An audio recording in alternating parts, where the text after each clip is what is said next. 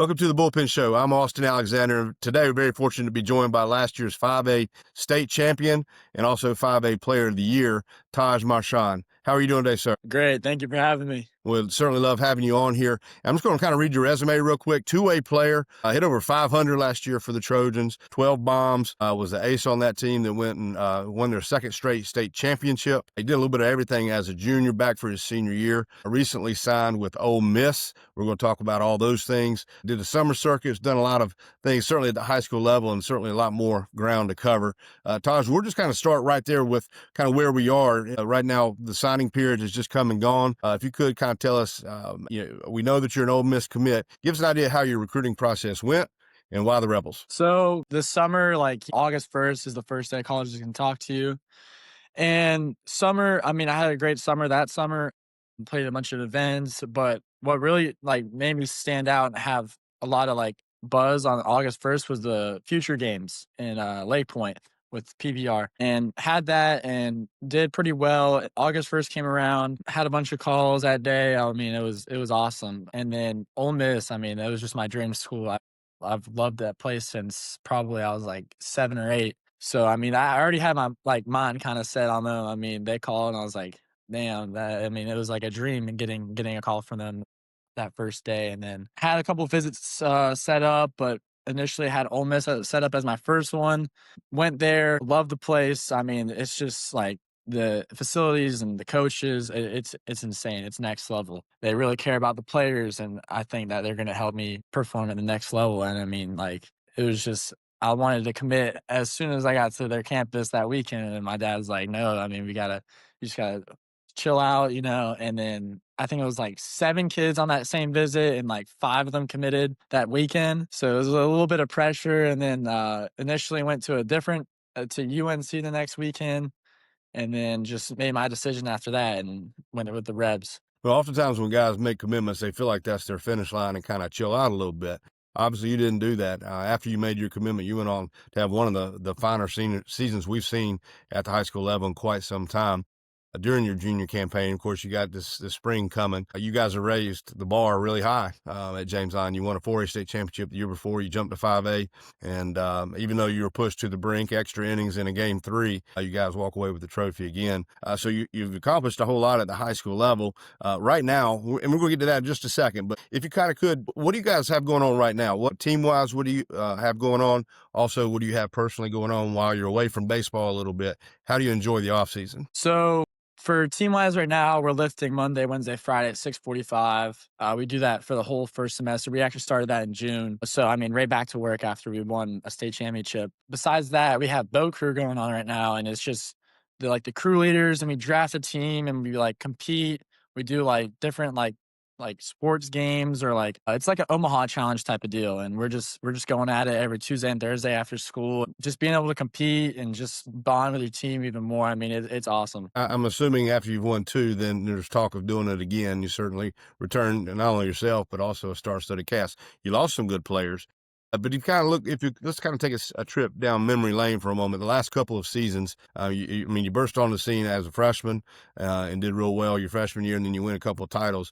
What are some of your best memories at the high school level so far? I'd definitely say sophomore year when we beat North Myrtle Beach in Lower State because they eliminated us my freshman year, and just being able to beat them, that was really awesome. And then obviously you can't leave out the state titles that we've won, but also just little things like winning, going undefeated in region this year in first year in 5A, and then just small moments like that. They're just awesome. We mentioned at the very beginning you're a two-way player, which means and you performed well. If you were just a pitcher only, if you were just a position player only, your stats alone would warrant a lot of recognition, but you've done both. What are some of the challenges that you found in being a two-way player to be able to excel at the level that you have? What are some things that you got to do a little differently than maybe the next guy does? So being a two-way player, it's like driving a car and riding a bike. It's 2 different things. It's 2 whole different things. And it's you have to have one mindset going into one thing, and then have it in another mindset going into another. And you have to try to compare it the best you can. And it's challenging at some points, and it really gets you mentally. So you just have to be prepared to just do what you need to do. Obviously, you gotta spend time with the baseball, with the bat, with the Yeah. glove, and all the different things that come with being a position player and an arm. But also in the weight room, I would assume it presents some challenges because you have to lift a little differently than a PO would, than a position player would. What are some different things you do in the weight room that allow you to be able to do both without compromising the other? I mean, during the off season, I'm going at it, lifting heavy weights. I mean, I'm not like really too focused on like pitching stuff. I'm more focused on just trying to lift weight. But once it comes season, definitely just like not too much weight. Maybe like just have like like a light stretch, a light lift, agility stuff. It's not too much in the season because at the same time you're just not trying to build muscle, just trying to maintain and stay healthy. Because I mean, lifting heavy weights in the season can lead to injury, definitely, especially as a two-way player, pitching and hitting. I mean, it's a lot on your body. It's certainly a balancing act, like a lot of things are. You guys have been able to play at the highest level that high school can afford you, and then you've been able to do the travel circuit too. Give us an idea of not only just what you've been able to accomplish at the high school level for your high school, but also travel ball and some of the different things that you've been able to do. Tell us how that's helped you grow as a ball player too. Just being on the summer team I was this year, I mean, I didn't start off on that team, and then I initially went to that team for the national team championship, Aces Prime National. Probably the best guys I've ever been around with on a baseball team. I mean, those guys were awesome. And just being able to go into a new team and then just bond with the players like right away and be able to be best buds with them. I mean, it goes a long way. I mean, it just shows you like your maturity and being able to just to like come in, do your job, but also like just make friends and just have fun playing the game. Like summer is just all about having fun. It's not supposed to be in your head. It's just supposed to just play baseball and have fun during the summer. That's right. Well, you got a little bit of downtime right now. What do you do when you're away from baseball? What are some of your hobbies? What are some things, we got Thanksgiving, we got Christmas. We're kind of in this little stretch before everything really ramps up again when the calendar flips. What are some other things you enjoy? I love surfing. I went a lot during the hurricane swells and love hunting. Duck hunting opens tomorrow, so gonna go out on the boat around 3 in the morning. Also love fishing. We're gonna go to Jacksonville, Florida during the next week during Thanksgiving break, and we're gonna go catch some fish. And I mean, just hanging out with friends and all those little things. Just keeps your mind outside of baseball and just makes you like just be able to enjoy like the off season. That's right. Well, we talked before we started to record. Your dad played professional hockey. I played minor league hockey right there in Charleston with the Stingrays. Tell us, you mentioned a story that was kind of interesting. That's why how you guys ended up landing and your family began in Charleston. Tell us a little bit about that. So my dad, originally from Montreal, Canada, was speak French his whole life. I got drafted to the Toronto Maple Leafs and then was in like the farm system, ended up coming down here playing for the Stingrays. And my mom was going to Florida and then a hurricane happened. So they both ended up in the same place at the same time. And then that's how it just happened. And so then from then on, the Marchands grew roots in Charleston, and that's how we got to know you all these years later. That's really cool. Now, do you play hockey? I used to. I don't do it anymore. Do you ever skate? I did skate. I actually I enjoyed it, but baseball just took over. Are you good at it? I was pretty good at it. I mean, you could ask Hugo. I mean, uh, he definitely said I was a lot better than him when I was younger at skating. Well, let's just get to know you a little bit more as a baseball player. What are some? I'm just going to throw some different things at you. And first thing that comes to mind, what's your favorite food? What's the favorite thing that your mom makes? I'm just gonna have to go. My dad when he cooks like steak. I mean, it's amazing. So, Where's your favorite place to eat? You got a lot of options down there. if we're talking just not too long and you just want to go somewhere with with the guys, I'm gonna have to go Heavy's Burger in downtown. I mean, that best burger I've ever had in my life. Favorite kind of music? Let's see. I What do you mean, listen to when you're working out? Maybe your walk up song. favorite artist is gotta be J. Cole, but I also listen to a lot of like reggae and countries. Are you a gamer? Video games, favorite one. Probably NCAA football. Favorite sport to play other than baseball? Favorite sport to watch other than baseball? Favorite sport to play outside of baseball is definitely golf and pickleball. Favorite sport to watch is football. When you mentioned pickleball, let's kind of go back to your team for just a second. Think about, some different things that you guys have done away from the baseball field when you hang out. I don't know if you've gone bowling, ping pong, who's the best dunker? When you think about your team, give us who the best bowler is. Who's the best ping pong guy? Best ping pong guy, I'm gonna have to go. Ooh, that's a good one. Ethan Stein is really good at ping pong, so I'm gonna have to go with him. A best bowler, I don't we don't really bowl too much down here. I mean, there's only really one, but, actually a pretty good bowler, Jake Amon, he's pretty good. Can anybody dunk? Who can handle the basketball the best? Dunking wise, I don't think anyone on the team can dunk besides me. So maybe Tripp can get up there, but just best basketball player, it's definitely like Tripp or Finn Pratt or one of those guys. You mentioned pickleball. If you could pick one, are you starting a draft and it's just your teammates? Who's your teammate? Ethan Stein. He strikes me as a guy that plays pickleball. What duo would be the toughest to compete against? It's got to be Tripp and Finn. I mean, we're always competing against each other. If it's in the weight room, outside of baseball, we're just always competing. It's just the way our friendship is. That's good stuff, man. Well, I appreciate it.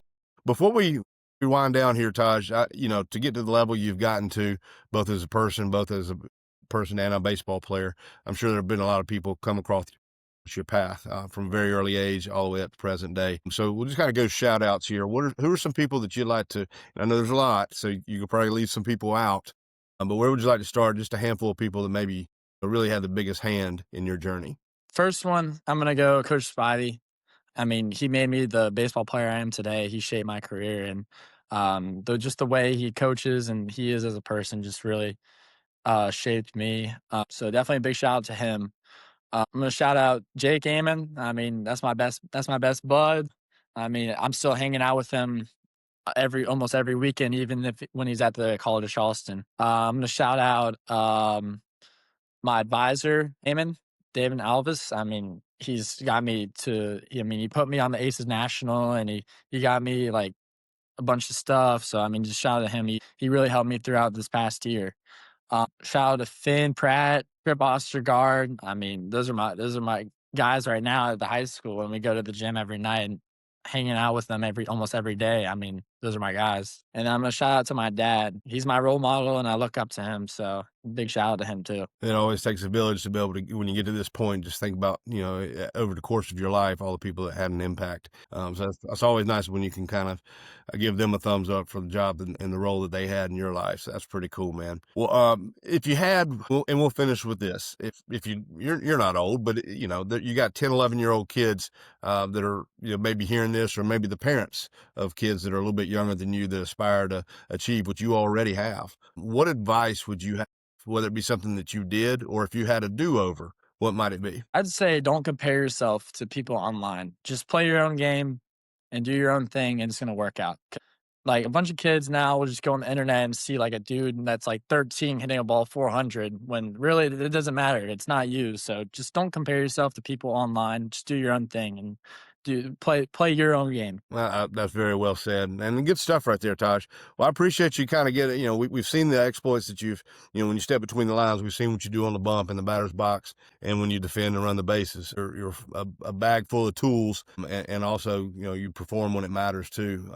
And you're not done. That's what's cool. As much as you've accomplished at the level that you're at right now, you still got another season in front of you. I know Coach Spivey's happy to have you back. Even though you guys had some key losses, you returned pretty good bit in the state.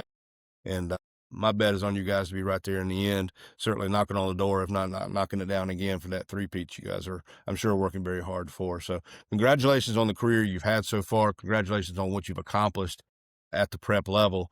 We'll certainly be following, as there's a lot more to come from you when it comes to, maybe obviously going to Ole Miss. Professional baseball is probably in your future. So if that's a goal of yours, we hope you're able to play this game as long as you want to. You certainly have the ability to do it, and you're off to a good start. Let's put it that way. So before we land the plane here, Taj, is there anything else that you want people to know about you, or anything else that you'd like to say before we finish up? No, I think I'm all good, but thank you. I mean, I appreciate that. We look forward to seeing you at Pro Day again. That's something you've done in the past and performed well. This is your senior year, so this is going to be a big one.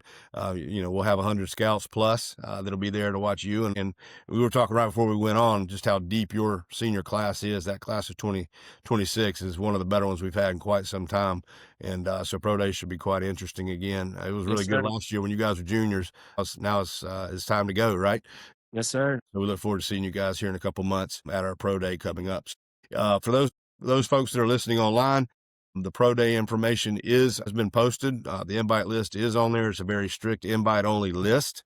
I'll make sure I get that point across. We're very, very specific in who we bring there, but the schedule will be out. That'll be January the 31st. So if the weather's good, we'll cross our fingers and hope that the weather is good that day. It's a great day to come out and watch all these guys like Taj, who are really good players now and certainly have a big future ahead of them. So for all the guys at DP, Taj, I appreciate you coming on today.